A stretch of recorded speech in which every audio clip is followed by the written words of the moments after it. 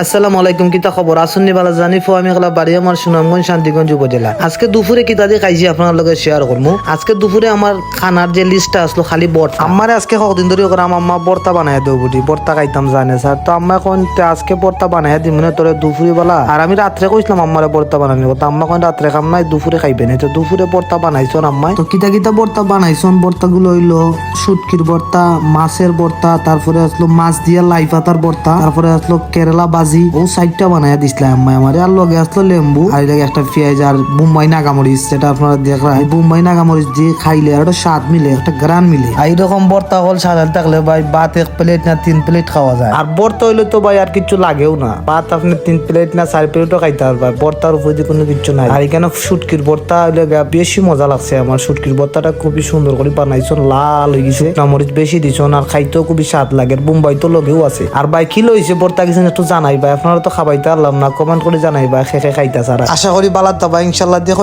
আগামী বলবো।